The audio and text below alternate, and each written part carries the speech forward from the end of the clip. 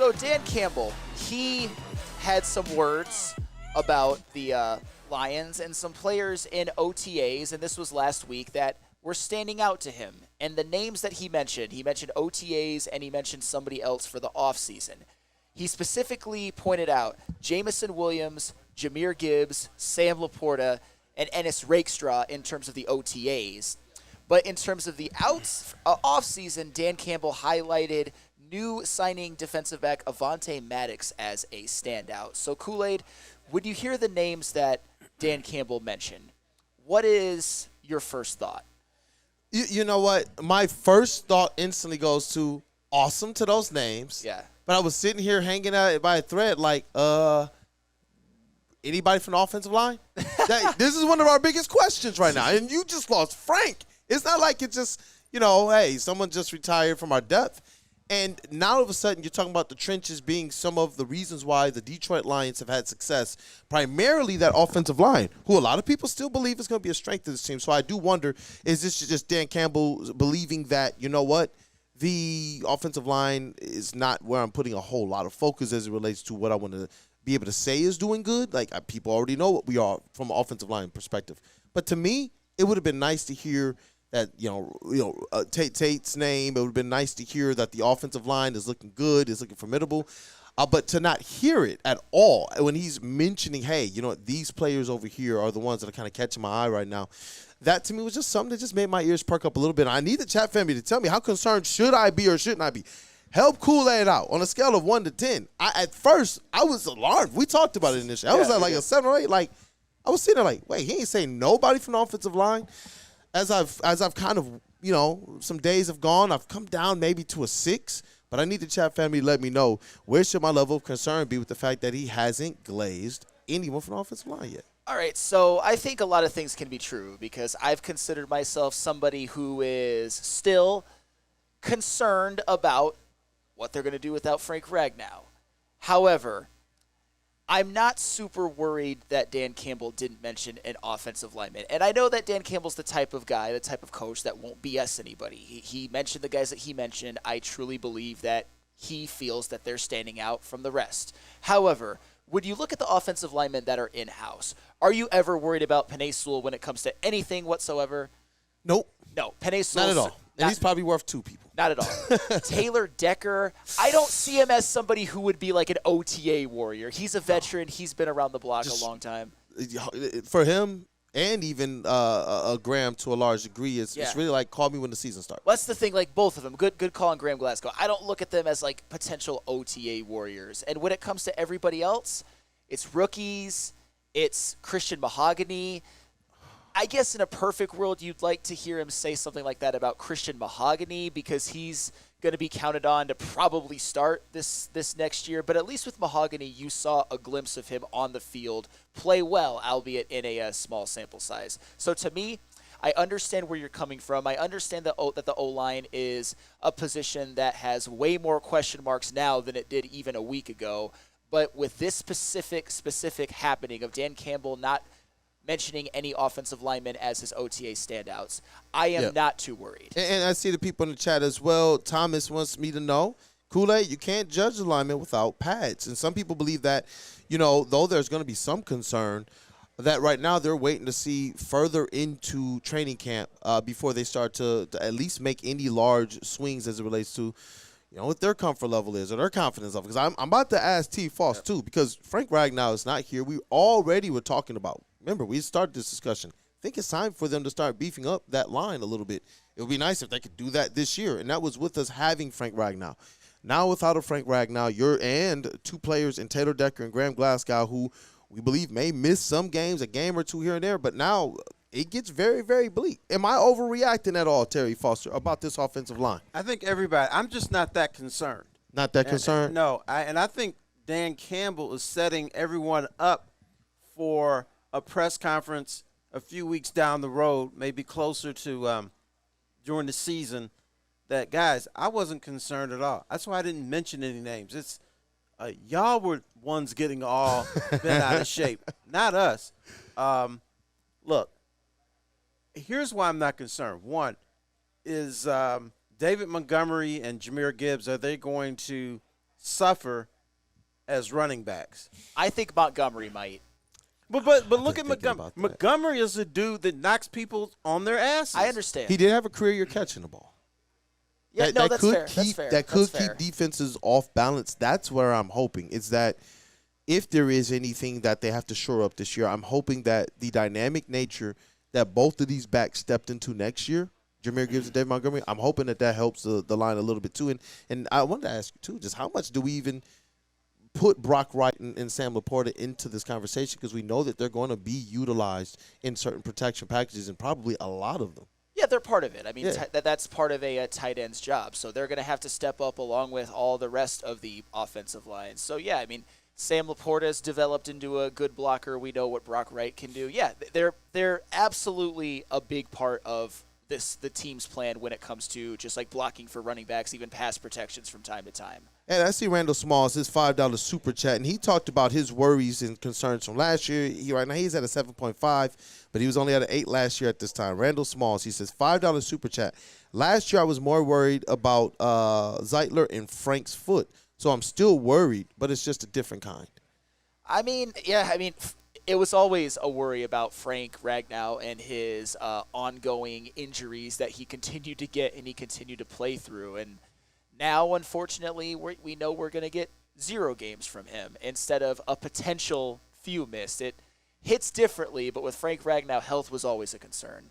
Yeah, definitely. I mean, you guys have definitely helped me, because I know, T. Falls, you've covered these Lions teams for a long time, and you understand how these ebbs and flows go.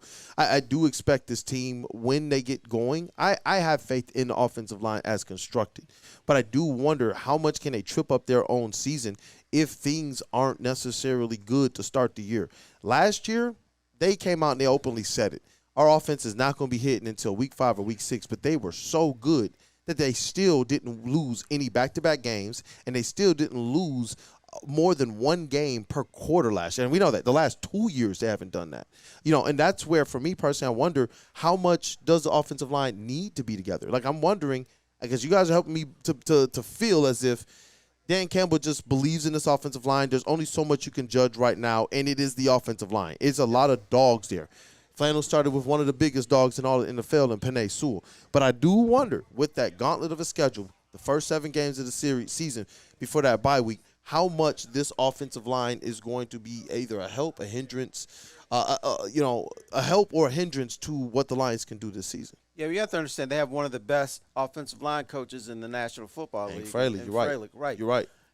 I believe they are working on something as we speak, where the offensive line is not going to be as important as it was in the past.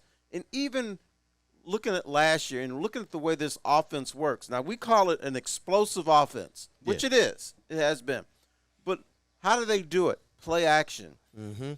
Gibbs, because he's so speedy. This is a guy that, you can trap him and stuff, but you still can't tackle him. JMO movement. Right. Yeah. And I want to go back, and I don't like to compare anyone to Barry Sanders, but Barry Sanders, when he got the ball, a lot of times there was like 2 or 3 defensive linemen looking at him like, where you going?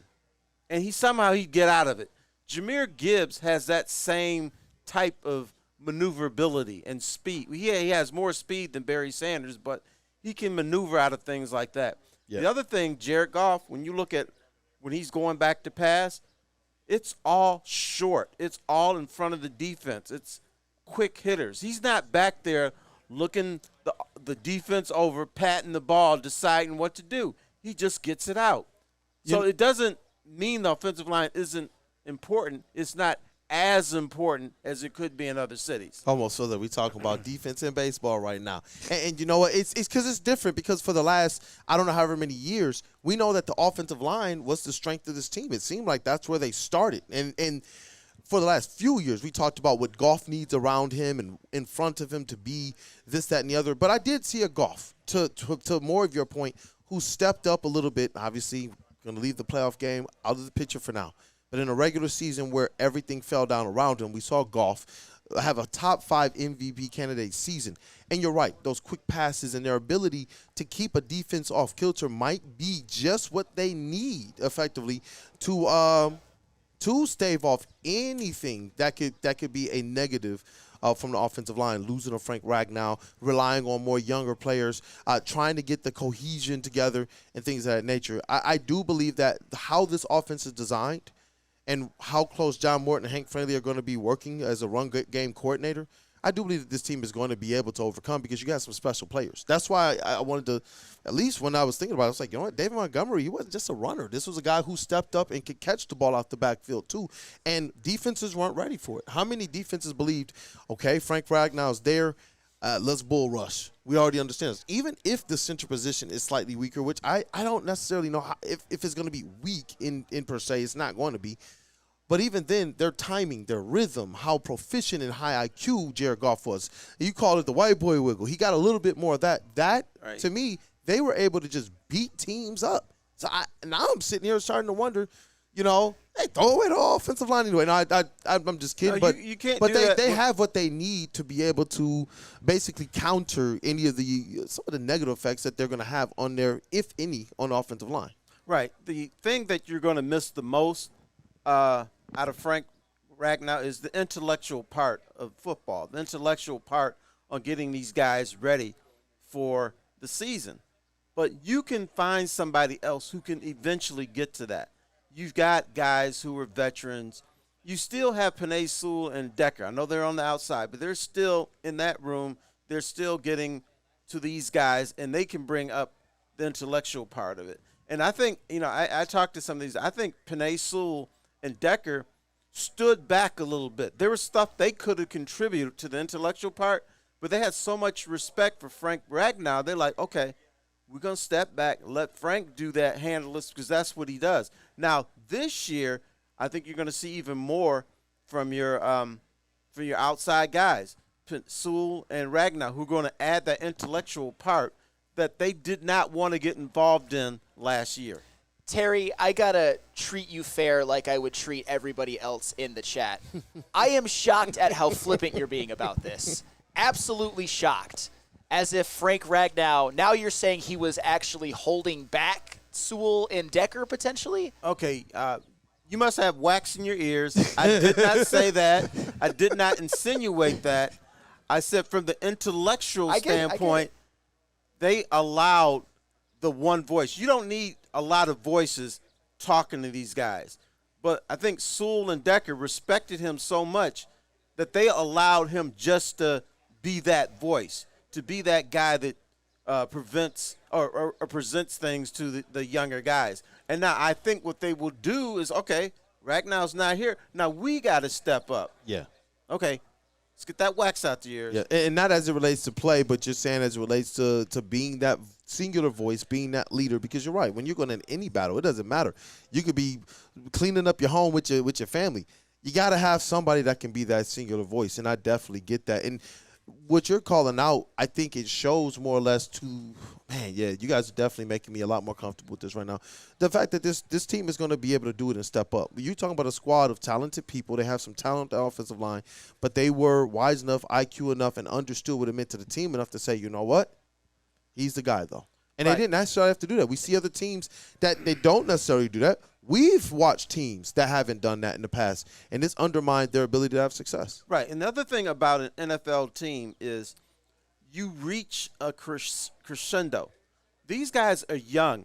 We haven't seen the best in Ramon St. Brown. We haven't seen the best of J-Mo. We haven't seen the best of Penei Sewell because they're young. These are puppies out there. They're young guys out here. And what you do is you reach a certain point, and then you start to decline when you're 29, 30, 31, 35 years old or whatever. They're still on the up and up. So we're going to see the better part of most of these guys because they're under 25 years old. Yeah, I see you, Expert Swami in the chat. He says, Frank was the field general for that O-line.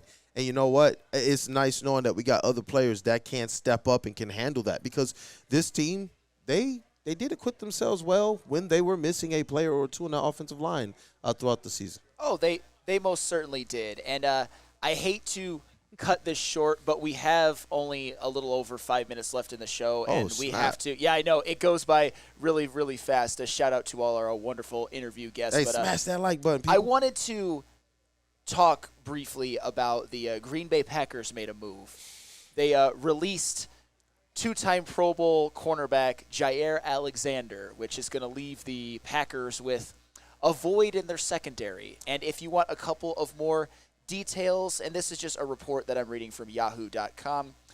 So Jair Alexander signed a 4-year, $84 million extension in 2022. However, he's only played 14 of the possible 34 games in the past 2 seasons. And in 2021, he missed 13. So he's been very, very decimated by injuries lately. So I guess recently the Packers reportedly offered Alexander a restructured deal, which would have resulted in Alexander taking a pay cut, and it appears that Alexander did not want to take that deal. So the Packers just said sayonara to Mr. Jair Alexander.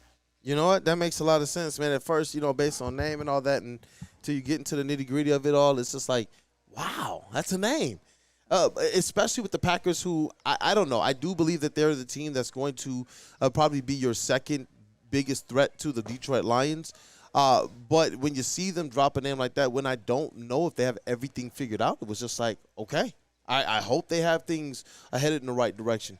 I'm still just hoping that the Detroit Lions going ahead and bring back Zadarius Smith. But I do wonder, what is the plan for the Green Bay Packers? Is this a move that they do believe as it relates to their team? Are they still building? Do they believe that they are right there with the Detroit Lions? Is there something that they believe they can do before this season starts? Like, now I have so many freaking questions about this one particular move, because it does. It creates somewhat of a deficit for them in that secondary. Well, that's where Jair Alexander, for the record, he's still been really good when he's played. And in 2020 and 2022, he was one of the best corners in football. Just when you look at the numbers, when you look at his coverage, all of that. He played well, but I think the Packers are maybe just looking at it like they made the playoffs anyway the last couple of years, even transitioning over to Jordan Love when Jair Alexander didn't play at times, wasn't exactly a good teammate, or at least perceptions may have been a little bit of a malcontent. This contract, he wasn't living up to it because he wasn't healthy. There's a lot that goes along into Jair Alexander that maybe the Packers, they didn't trust his health. They didn't want to deal with the off-the-field stuff.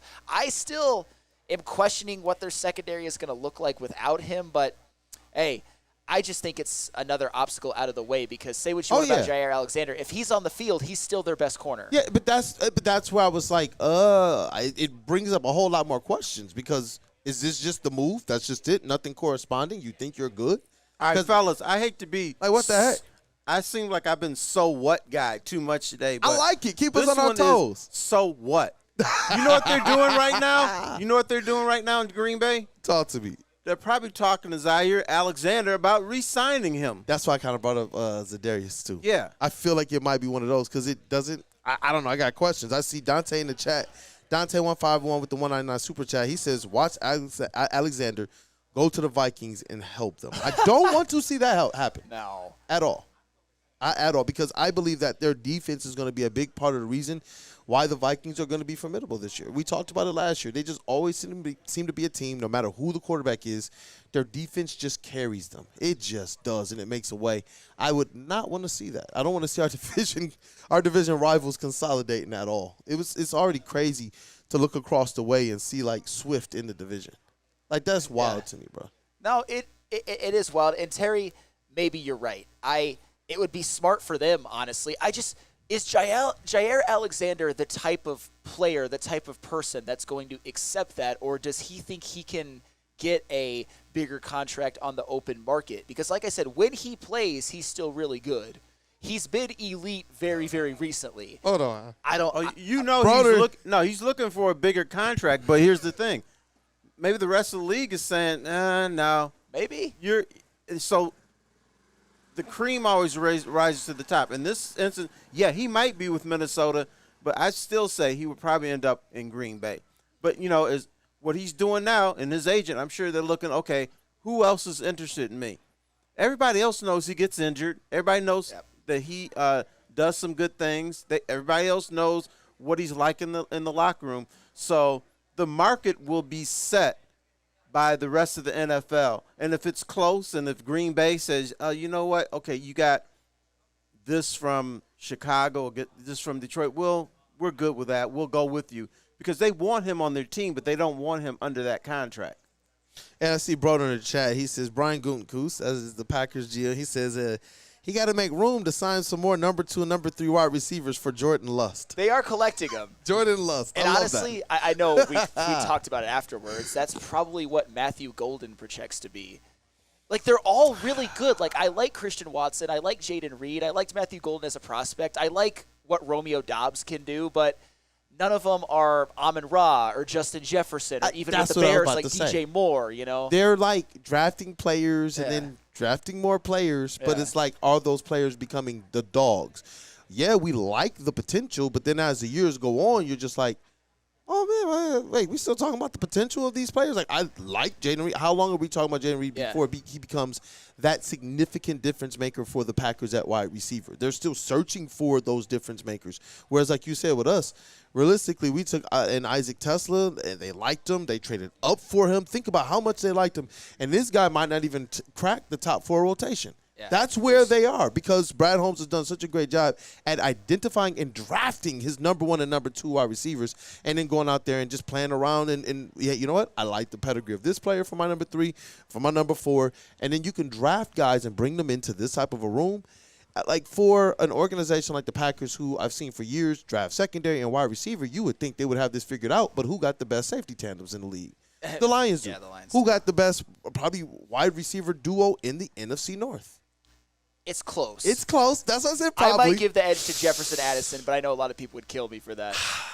I'm going J-Mo and Amon-Ra this year. They will be the number 1 duo without Mr. question Flannel. in the North. Flannel Sam. Yeah. Guess what? You're off the hook. Kool-Aid, did you really say that you don't want to have another DeAndre Swift in the division? No, I don't care if Swift is here in particular. It's just intriguing to see the division, like our North consolidating, like people going and getting people who were with the Lions previously. It's interesting. Like before, I don't know how much we would realistically see that type of stuff. Are the Lions players the ones that are cut from that cloth? But it's interesting now that things are different. You know, our players are being looked at a little different way. Even the Rams went and took freaking Jonah Jackson for $17 million a year. And they regretted it. They effed up by that, and they effed in my opinion. We'll see. They definitely effed up. Yeah, we'll see. Yeah. But, sheesh. Where did the time go, well, now dog? Jonah Jackson's on the Bears. Hey, that's what you know what? That's what I'm talking about. Consolidation. And you're not going to fear that either. Not at all. Not at all. I'm actually sitting here like Ben Johnson. That's what you thought? Yeah. That's what you thought? There were some. It shows he's got some flaws as a coach. Look, there were fans that were like, oh, Swift. I'm just like, what?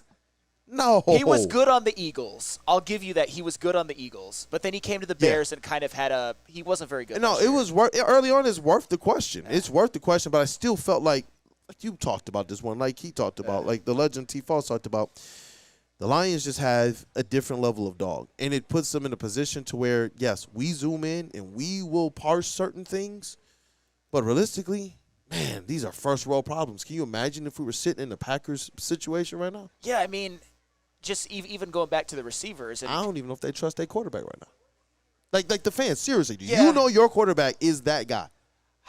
They can't say that right now. I don't know if they do, and I'm higher on Jordan Love than most here, but I told you on a show last week, and I think we can almost close it out in just a second, but I said last week that when we're ranking quarterbacks in the NFC North, I could see Jordan Love being as high as the second best, nipping right at the heels of Jared Goff, but I could also see him being the worst next year. All right, can I be rude for a second? Talk to me. Do people in Detroit trust Jared Goff? Some. He opened it up with the playoff performance. But he was top 5 MVP. So the people might not trust him. But they might not. Here's the thing but he did prove more than Here's the Love. thing about this team. People only focus on the last thing they saw. And the last thing they saw was a quarterback panicking and throwing a bunch of interceptions against the Commanders. But you know what? Here, I'm gonna brush that away too. I think Jared Goff choked in that game. And here's why. Absolutely, he did. There was a reason for that. He lacked the confidence in his defense. He's like, this defense is not going to stop a nosebleed. So I got to step outside of myself and do more than I'm capable of to try to offset that. And I do think they worked in tandem. there were some plays that I'm just like, why didn't he just throw it away? Why is he white boy wiggling a little too much? Man, here goes T. Falls. Because I got to. I'm in a game where my defense is going to give up 80 points. So I got to score 81 points or 85 points or whatever. He was feeling himself. That's what you're telling me. He was feeling himself, but he was like, I got to do too much. It's sort of like you make the joke when somebody comes up to the plate and they feel like they have to hit a 6-run home run, which is impossible. So you're gripping that bat a little bit